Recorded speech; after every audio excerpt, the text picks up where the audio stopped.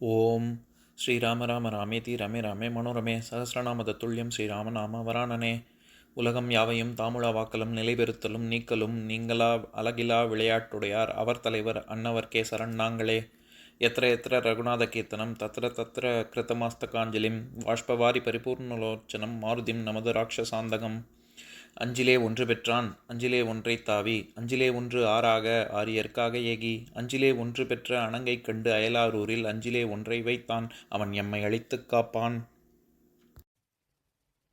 இன்னைக்கு நம்ம கம்பராமாயணத்துல பாலகாண்டத்துல மிதிலை காட்சி படலத்துல 11வது பாடல் பார்க்க போறோம். வள்வுகிர் தளிர்க்கை நோவ மாடகம் பற்றி வார்ந்த கல்யென நரம்பு வீக்கி கையொடு மனமும் கூட்டி வெள்ளிய முறுவல் தோன்ற விருந்து என மகளிர் இந்த தெள்விழி பாணி தீந்தேன் செவிமடுத்து இனிது சென்றார். இதுதான் பாட்டு. இப்ப நம்ம பதம் பிரிச்சு பொருள் பார்க்கலாம்.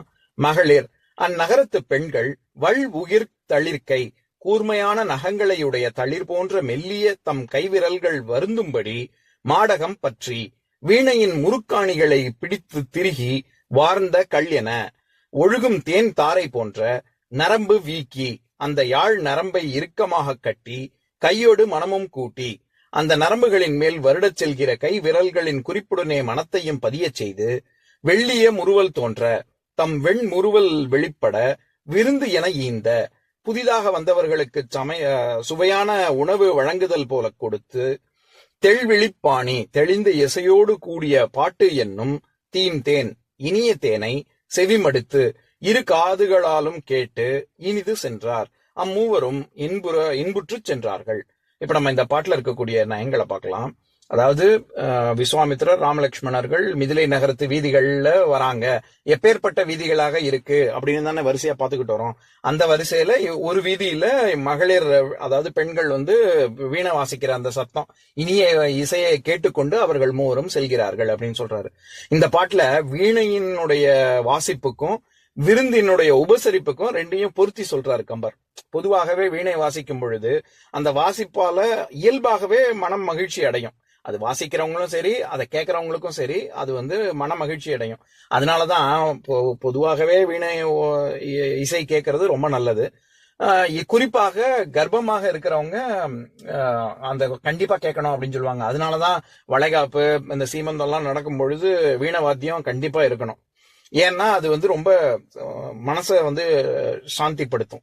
அது அந்த மாதிரியாக மன மகிழ்ச்சி இருக்கும். அது மட்டும் இல்லாம அவர்களுடைய பார்வையும் ரொம்ப இனியதாகவும் இருக்கும், புன்னகையும் புன்முறுவலும் இருக்கும். அவங்க வாசிக்கும் போது கடுகடுன்னு மூஞ்சியை வச்சுக்கிட்டா யாராவது வீணை வாசிப்பாங்க? இல்ல, அவர்களுக்கு இயல்பாகவே அது சும்மா வெளி வேஷத்துக்காக இல்ல, இயல்பாகவே அவங்களுக்கு ஒரு இனிய பார்வையும் ஒரு புன்முறுவலும் இருக்கும். அந்த மாதிரி விருந்தினர்களை நம்ம எப்படி உபசரிப்போம், அதே மாதிரி நம்ம மன மகிழ்ச்சியோட முகம் மலர்ந்து புன்னகையோட ஒரு நல்ல கனிவான பார்வையோட அப்படித்தானே உபசரிப்போம். அந்த மாதிரி அவர்களுடைய வாசிப்பு இருந்தது அப்படின்னு ஒப்பிட்டு சொல்றாரு. அதனால எப்படி விருந்தினர்கள் புதிதாக வந்தவர்களை எப்படி கவனிப்பாங்களோ அந்த மாதிரி இவங்க 3 பேரும் புதுசா தானே மிதிலைக்குள்ள வராங்க. அதனால இவர்கள் 3 பேரும் அவங்க அதை கேட்டுட்டு போறது ஏதோ விருந்தினர்கள் இந்த 3 பேரையும் உபசரிச்சது மாதிரியாக இருந்தது அப்படின்னு சொல்றாரு. அப்படி வாசிக்கக்கூடிய பெண்களின் விரல்கள் கை எப்படி இருந்தது அப்படின்னா வள் உகிர் தளிர்க்கை அப்படின்னு சொல்றாருல.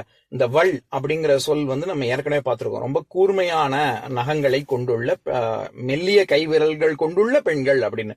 இந்த இடத்துல வள்னா கூர்மை. அது நம்ம கம்பராமாயணத்திலே 230வது பாடல் அது பார்க்கும் பொழுதே நம்ம இந்த வார்த்தை பார்த்திருக்கோம். நான் அந்த பாட்டை மறுபடியும் படிக்கிறேன், கேளுங்க. வள்வுரு வைர வாழ் மன்னன் பல்முறை எள்ளாறு முனிவனை இறைஞ்சி யாரினும் தள்ளாறும் துயரமும் சமைவும் சாற்றலும் உள் உரு வெகுளி போய் ஒழித்ததாமரோ அப்படிங்கிற பாடல்ல கலைக்கோட்டு முனிவன் இப்படி ஏமாத்தி தானே பெண்கள் கூட்டிட்டு அவங்க உள்ள வந்துருவாங்க. அப்ப ரோமபத மன்னன் அவருடைய கோபத்தை கட்டுப்படுத்த எதுக்காக நான் இப்படி பண்ணேன் அப்படின்னு சொல்ற போது இந்த மாதிரி நாங்க இங்க மழையே இல்லாம கஷ்டப்பட்டுக்கிட்டு இருந்தோம், இந்த நாட்டுக்கு நீங்க வந்ததுக்கு அப்புறம் தான் மழையே இருந்தது, நீங்க வந்ததுக்கு ரொம்ப நன்றி அப்படின்னு சொல்லி அவரை ஆஸ்வாசப்படுத்துற பாடல்.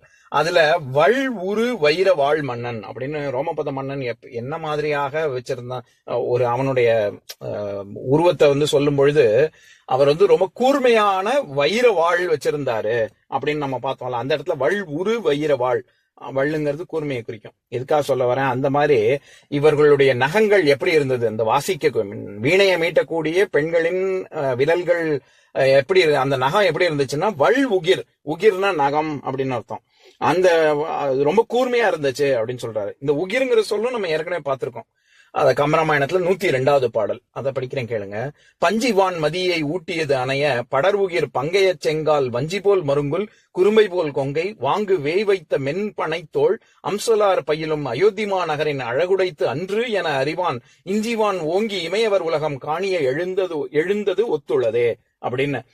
அயோத்தி நகரத்து பெண்கள்லாம் எப்பேற்பட்ட பேரழகிகள் அப்படின்னா, இதை உடையா இது தேவலோகத்துல இருக்கக்கூடிய கன்னிகைகள் ரொம்ப அழகா இருக்க போறாங்க அப்படின்னு பார்ப்பதற்காக உயரமாக ஓங்கி வளர்ந்த மதில் சுவர் அப்படின்னு நம்ம பார்த்தோம்ல. அதுல இது படர் உகிர் பங்கைய செங்கால் அப்படின்னு வர்ற இடத்துலயும் நகங்களை குறிக்குது. அதே மாதிரிதான் இங்கேயும் அவங்க ரொம்ப கூர்மையான நகங்கள் கொண்டுள்ள பெண்கள் அப்படின்னு உகிர் தளிர்க்கை அப்படின்னு சொல்றாரு. அதே மாதிரி மாடகம் பற்றி அவங்க வீணை வாசிக்கும் பொழுது அந்த மாடகம் பற்றி வீணையின் முறுக்காணி அப்படின்னு பார்த்தோம்ல. இந்த மாடகம் அப்படிங்கிற சொல்லே அந்த ஒரு வீணையினுடைய யாழோ வீணையோ அந்த இசை கருவியின் ஒரு பக்கமா இருக்கக்கூடிய ஒரு முறுக்காணியத்தான் குறிக்கும். பொதுவாகவே அந்த யாழினுடைய உறுப்புகள் கோடு, பத்தர், ஆணி, நரம்பு, மாடகம் அப்படின்னு அதன் யாழினுடைய உறுப்புகளை சொல்லுவாங்க. அதுல ஒண்ணு மாடகம்.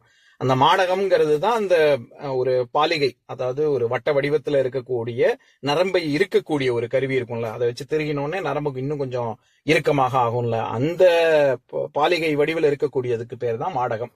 அதைத்தான் பிடிச்சு இழுத்து இவங்க வாசிக்கிறாங்க, இன்னும் முறுக்கேத்துறாங்க அந்த நரம்புகளுக்கு அப்படி.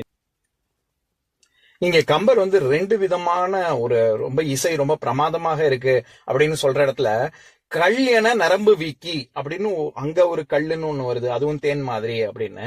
அதே மாதிரி தெள்விழி பாணி தீந்தேன், அது செவிமடுத்து, அதுவும் தேன், அதாவது அவங்களுடைய வாய்ப்பாட்டு இசையும் ரொம்ப தேன் மாதிரி இருக்கு, தேன் மாதிரி இருக்கு அப்படின்னு சொல்றாரு. இந்த இடத்துல விழிப்பாணி அப்படிங்கிறது வாய்ப்பாட்டு இசையை குறிக்கும். முதல்ல சொல்லக்கூடிய கல் அப்படிங்கிறது அவங்க நரம்ப மீட்டக்கூடியது வீணையின் ஓசையையும் தேன் மாதிரி இருக்கு, அவர்களுடைய வாய்ப்பாட்டு இசையும் தேன் மாதிரி இருக்கு அப்படின்னு ரெண்டையுமே ரொம்ப அருமையா சொல்றாரு. இப்ப நான் பாட்டை இன்னொரு தடவை படிக்கிறேன் கேளுங்க. வள்வுகிர் தளிர்க்கை நோவ மாடகம் பற்றி வார்ந்த கல்யன நரம்பு வீக்கி கையோடு மனமும் கூட்டி வெள்ளிய முறுவல் தோன்ற விருந்து என மகளிர் ஈந்த தெள் விழிப்பாணி தீந்தேன் செவிமடுத்து இனிது சென்றார். இன்னொரு நாள் இன்னொரு பாட்டு பார்க்கலாம்.